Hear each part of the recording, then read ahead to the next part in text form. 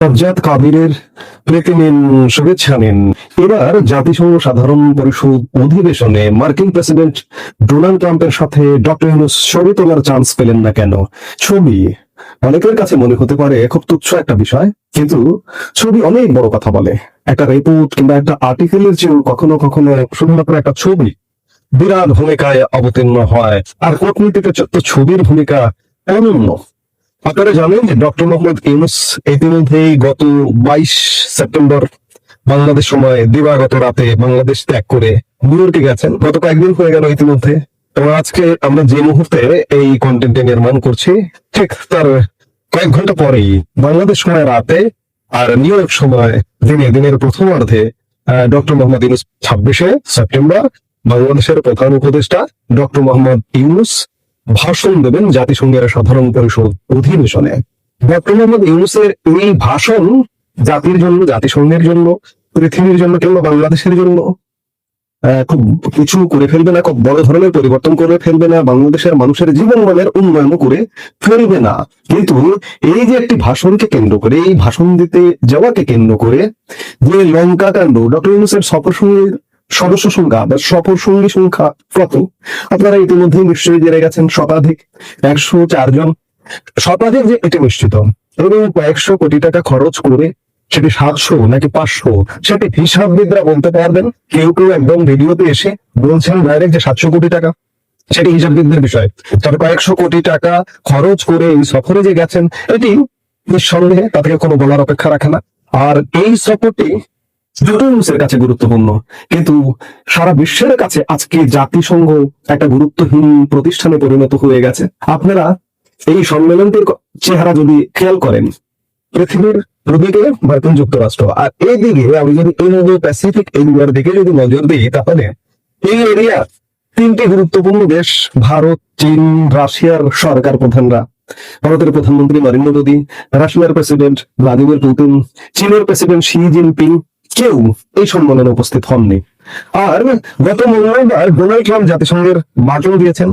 ভাষণে তিনি সারা পৃথিবীর সমালোচনা করেছেন, জাতিসংঘের ছোট জগন্নাথ জাতিসংঘের সমালোচনা করেছেন, নিজের গুণগান গেয়েছেন, নিজেকে জাহির করেছেন যে তিনি ক্ষমতায় এসে মাত্র কয়েক মাসের মধ্যে পৃথিবীর 7টি যুদ্ধ থামিয়েছেন এবং নিজে নোবেল পুরস্কার পাওয়ার যোগ্য বলে নিজেকে জাহির করেছেন। অন্যদিকে জাতিসংঘকে তার বক্তব্য নিশানায় নিয়েছেন, সমালোচনা করেছেন, তীব্র সমালোচনা করেছেন। আর আজকে জাতিসংঘ ক্রমেই ছোট জগন্নাথ প্রতিষ্ঠান হয়ে ওঠার পেছনে মার্কিন যুক্তরাষ্ট্রের একটা খুব জোরালো ভূমিকা আছে। আপনারা খেয়াল করেছেন যে ডোনাল্ড ট্রাম্প ক্ষমতায় আসার পর থেকেই জাতিসংঘের বিভিন্ন সংস্থা থেকে নিজেদের অর্থায়ন প্রত্যাহার করে নিচ্ছেন। আপনারা এটি নিশ্চয়ই জানেন যে জাতিসংঘ সবচেয়ে বড় দাতা জাতিসংঘের মার্কিন যুক্তরাষ্ট্র। মার্কিন যুক্তরাষ্ট্র ইতিমধ্যে জাতিসংঘের বিশ্ব স্বাস্থ্য সংস্থা থেকে নিজেদের প্রত্যাহার করে নিয়েছেন। তারা আর জাতিসংঘের স্বাস্থ্য সংস্থায় অর্থ দান করবেন না। জাতিসংঘ মানবাধিকার বিষয়ক হাই কমিশন থেকে নিজেদের প্রত্যাহার করে নিয়েছেন। কোন হাই কমিশন? যে হাই কমিশনের বাংলাদেশে শাখা কার্যালয় হয়েছে, যে হাই কমিশন বাংলাদেশের জুলাই সহিংসতার একটা একটা সাজানো গোছানো রিপোর্ট দিয়েছে, 1400 মানুষ হত্যার, সেই কমিশন থেকে মার্কিন যুক্তরাষ্ট্র নিজেদেরকে প্রত্যাহার করে নিয়েছে। এবং মূল জাতিসংঘেরও সবচেয়ে বড় ফান্ড যোগানদাতা মার্কিন যুক্তরাষ্ট্র, মূল জাতিসংঘের ফান্ড থেকে নিজেদেরকে কাটছাট করেছে। সেই জায়গায় জাতিসংঘ তাদের সারা পৃথিবীব্যাপী যে কার্যক্রম, সেই কার্যক্রম চালাতে হিমশিম খাচ্ছে রীতিমতো। এবং আগামী দিনে বিশ্ব পরিস্থিতি যা বলছে যে জাতিসংঘ সত্যিকার অর্থে এই মার্কিন খবরদারির জাতিসংঘ কতটা কাজ করবে, ভিন্ন একটা জোট গড়ে উঠবে কিনা, সেই প্রশ্ন কিন্তু জানান দিচ্ছে। যেটি হোক, মার্কিন যুক্তরাষ্ট্রই আজকে জাতিসংঘকে খর্ব করবার প্রধান নায়ক। এবং আপনারা জানেন যে গত মঙ্গলবার জাতিসংঘের সাধারণ পরিষদ অধিবেশনে মার্কিন প্রেসিডেন্ট ডোনাল্ড ট্রাম্প ভাষণ দিয়েছেন। কিন্তু মার্কিন যুক্তরাষ্ট্রের রেওয়াজ সাধারণত মার্কিন প্রেসিডেন্ট যেদিন ভাষণ দেন, সেদিন তিনি সকালে নিউ ইয়র্কে উপস্থিত হয়ে একটা ভাষণ দেন। ভাষণ দেওয়ার পরে সারা পৃথিবী থেকে আগত বিশ্ব নেতাদের নিয়ে মার্কিন প্রেসিডেন্ট সেই দিনই একটি সংবর্ধনার আয়োজন করেন এবং আয়োজন করে তিনি ওয়াশিংটন ডিসি টু হোয়াইট হাউসে ফিরে যান। এবং যথারীতি তিনি ফিরে গেছেন। কিন্তু আমি আলাপের শিরোনামটা কিভাবে শুরু করেছিলাম যে বাংলাদেশের অন্তর্বর্তীকালীন সরকার প্রধান ছোট জগন্নাথ জাতিসংঘের অধিবেশনে গেছেন বিশাল আয়োজন করে। এই আয়োজন ওটা ছবির জন্য, ছবি এই যে মার্কিন প্রেসিডেন্ট ডোনাল্ড ট্রাম্পের সংবর্ধনা অনুষ্ঠানে ডক্টর মোহাম্মদ ইউনূস যথারীতি অংশগ্রহণ করেছেন। অংশগ্রহণ করে অনেক নেতার সঙ্গে জাপানের সরকার প্রধানের সঙ্গে ছবি তুলেছেন, ভুটানের সরকার প্রধানের সঙ্গে ছবি তুলেছেন এবং এরকম অনেক জাতিসংঘ মহাসচিবের সঙ্গে ছবি তুলেছেন। কিন্তু সত্যিকার অর্থে এবার ডক্টর ইউনূস ডোনাল্ড ট্রাম্পের সাথে ছবি উঠানোরই চান্স পাননি, সুযোগ পাননি। সংবাদে বলা হচ্ছে যে ডক্টর ইউনূস ডোনাল্ড ট্রাম্পকে সুবিধাজনক সময়ে বাংলাদেশ সফরের আমন্ত্রণ জানিয়েছেন। কখন জানালেন, কিভাবে জানালেন? ডোনাল্ড ট্রাম্পের সাথে কি দ্বিপাক্ষিক তো বৈঠক তো দূরের কথা, পাশাপাশি দাঁড়িয়ে কথা বলার সুযোগ হয়েছে? আমরা দেখিনি। যদি সেই সুযোগ হতো তাহলে আপনি ছবির ক্লিক দেখতেন এবং প্রধান উপদেষ্টার ফেসবুক পেজ, টুইটার পেজে আপনি ছবির প্রদর্শন দেখতে দেখতে কয়েকদিনে ক্লান্ত হয়ে যেতেন। কিন্তু সেই ধরনের কোনো ছবি নেই। তাহলে আমরা বলতে পারি যে ট্রাম্পকে সরাসরি আমন্ত্রণ জানাতে পারেননি। ট্রাম্পের যারা সহযোগী, যারা স্টাফ, তাদেরকে হয়তো বলেছেন। অর্থাৎ এবছর ডক্টর ইউনূস ডোনাল্ড ট্রাম্পের সাথে ছবি উঠাতে পারেননি। আপনাদের একটু গত বছর ফিরিয়ে নিয়ে যেতে চাই। গত বছরও ঠিক এমনি মার্কিন প্রেসিডেন্ট একটি সংবর্ধনার আয়োজন করেছিলেন। গত বছর প্রেসিডেন্ট ছিলেন জো বাইডেন। যথারীতি তিনি নিউ ইয়র্কে সকালে এসেছিলেন, ভাষণ দিয়েছেন, ভাষণ দিয়ে সংবর্ধনার আয়োজন করেছেন এবং সেই সংবর্ধনায় আজকের প্রধান উপদেষ্টা ডক্টর মোহাম্মদ ইউনূস গিয়েছিলেন।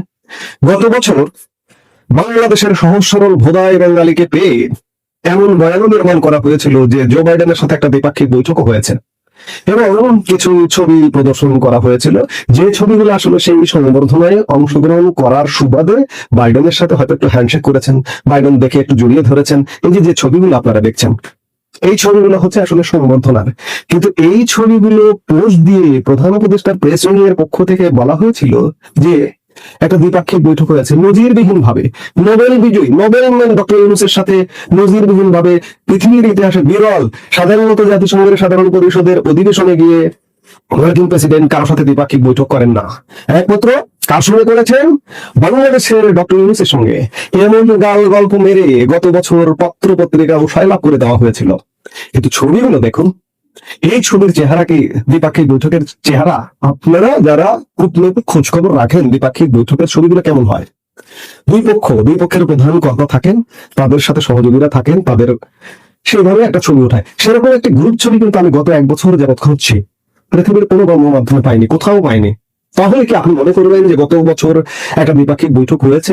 আর এই যে গত বছর বাইডেনের সঙ্গে যে ছবিগুলো, দুই দেশের ফ্ল্যাগ পেছনে সামনে, ছবিগুলো কিভাবে ওঠানো হয়েছে?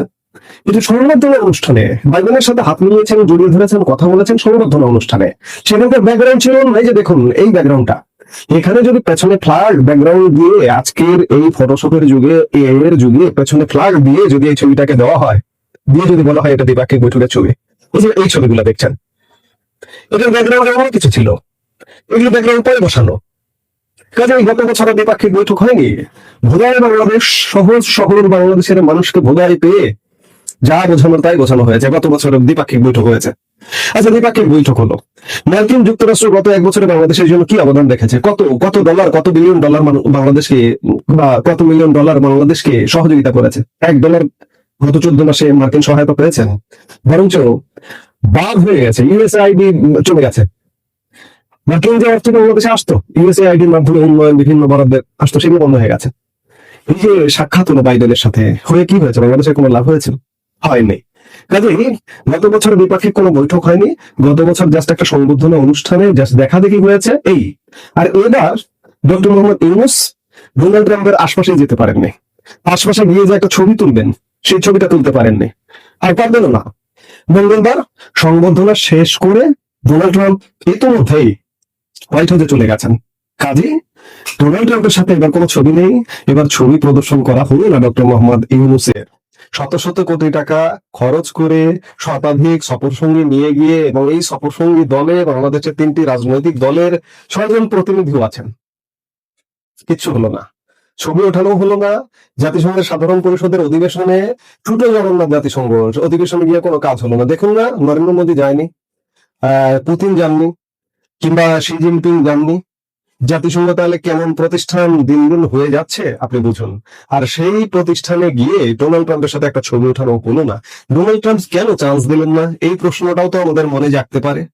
ডোনাল্ড ট্রাম্পের কূটনৈতিক পলিসি, বাংলাদেশের কূটনৈতিক পলিসি কি চেঞ্জ হচ্ছে? বাংলাদেশের বিশেষ উদ্দেশ্য যেগুলো, সেগুলো আর বিস্তারিত না বলে সেই উদ্দেশ্যগুলো থেকে কি সরে যাবে? কিংবা ডক্টর ইউনূস যে মনে করেন মার্কিন যুক্তরাষ্ট্রের তীব্র সমর্থন আছে ডক্টর ইউনূসের প্রতি, সেই সমর্থন কি ঠুনকো হয়ে যাচ্ছে, হালকা হয়ে যাচ্ছে? ডোনাল্ড ট্রাম্প প্রশাসন কি তার পেছন থেকে সমর্থন থেকে সরিয়ে নিচ্ছে অন্যদিকে?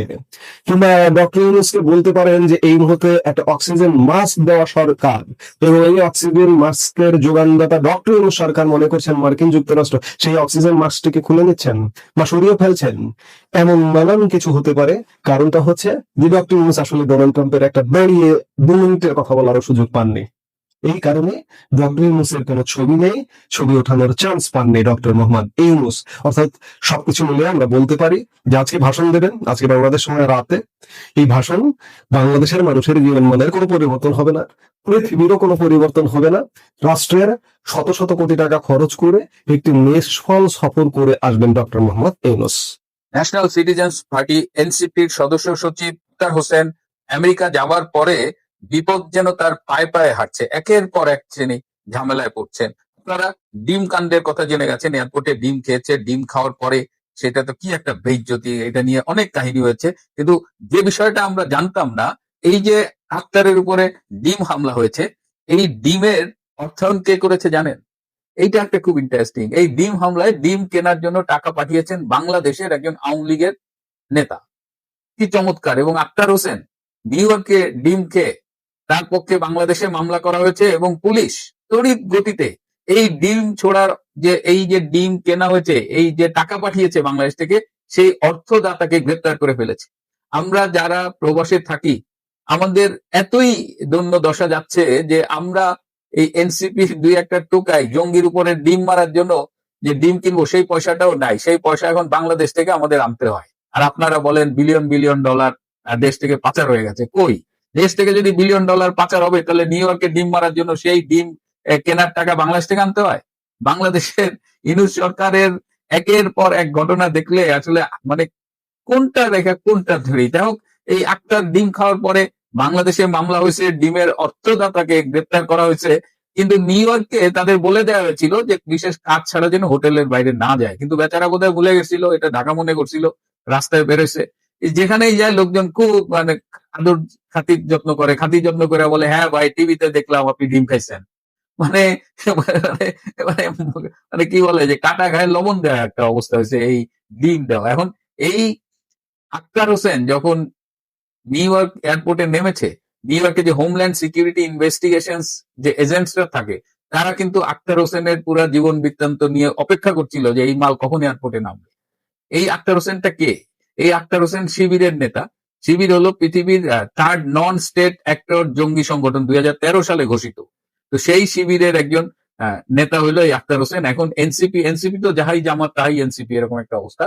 তো তারা এখন, তো এটা আবার ওই হোমল্যান্ড সিকিউরিটির ইনভেস্টিগেশন এজেন্টের কাছে ইনফরমেশন আছে। যাত্রাবাড়িতে যে পুরো থানা জ্বালিয়ে দেওয়া ছিল এবং যেখানে সমস্ত পুলিশ হত্যা করা হয়েছিল, সেই হত্যাকাণ্ডে নেতৃত্ব দিয়েছিল এই আক্তার হোসেন। সেই তথ্য ওই হোমল্যান্ড সিকিউরিটির এজেন্টের কাছে আছে এবং তার সকল বৃত্তান্ত নিয়ে তারা আক্তার হোসেনকে আটকিয়ে দেয় যে Akhtar Hossain cannot go in, তাকে নিউ ইয়র্কে ঢুকতে দেওয়া যাবে না। এবং এটা নিয়ে ব্যাপক মানে তর্ক বিতর্ক হওয়ার সুযোগ নাই, অনেক ঝামেলা। পরে ডক্টর ইউনূসের টিম থেকে সরাসরি ইন্টারভেন করে রিকোয়েস্ট করে তাকে ভেতরে ঢুকতে দেয় এবং ভেতরে ঢোকার পরেই আপনার তো ডিম কেলেঙ্কারি দেখলেন। এবং এই যে একটা জঙ্গি ছিল, এই যে একটা শিবির ছিল, এটা এই যে ডক্টর ইউনূস ওই মেয়েটাকে যারা আর আক্তার হোসেনকে একটা স্টেজে উঠেছে প্রোগ্রামে, সেই প্রোগ্রামে আপনারা দেখেন সে আমাদের মায়ের বয়সী একজন মহিলা, তার সাথে হ্যান্ডশেক করলো না। হ্যাঁ, হ্যান্ডশেক করে না, কারণ এটা শিবির, এটা তো গন্ড। এরা এরা গণিমতে মাল পাইলে এদের ঠেকানো যায় না। এরা ছাত্রী সংস্থার এগুলোরে ভোগ করে। হ্যাঁ, আবার পাবলিকলি কি একটা মানে বেইজ্জতি আর কি। হ্যাঁ, ডক্টর ইউনূস তো তার একটাই মিশন, সেটা নিয়ে আমি পরে কথা বলবো, আগে তার বক্তৃতাটা শুনি। তার একটাই মিশন হলো যে ভারত, আওয়ামী লীগ আর শেখ হাসিনা বিরোধিতা করা। এই 700 কোটি টাকা খরচ করে তিনি নিউ ইয়র্ক গেছে এই কাম করতে। আর বাকি কাম নিয়ে কি হয়েছে এটা কালকে তার ভাষণ শুনি, মানে এখনো বেশ মানে নিউ ইয়র্কের এখন সকাল হবে আস্তে আস্তে, আমাদের রাত হবে, আমাদের ভোর রাতের দিকে হয়তো উনি বক্তৃতা দেবেন। সেই বক্তৃতার পরে অন্য কথা বলবো। কিন্তু এই বেচারা তাকে আপনারা একটু সামলান। এবং আমরা যারা প্রবাসে থাকি আমার খুবই হাসি পাচ্ছে যে ডিমের টাকাও আমাদের এখন দেশ থেকে আনতে হয়। যাই হোক প্রিয় বন্ধু,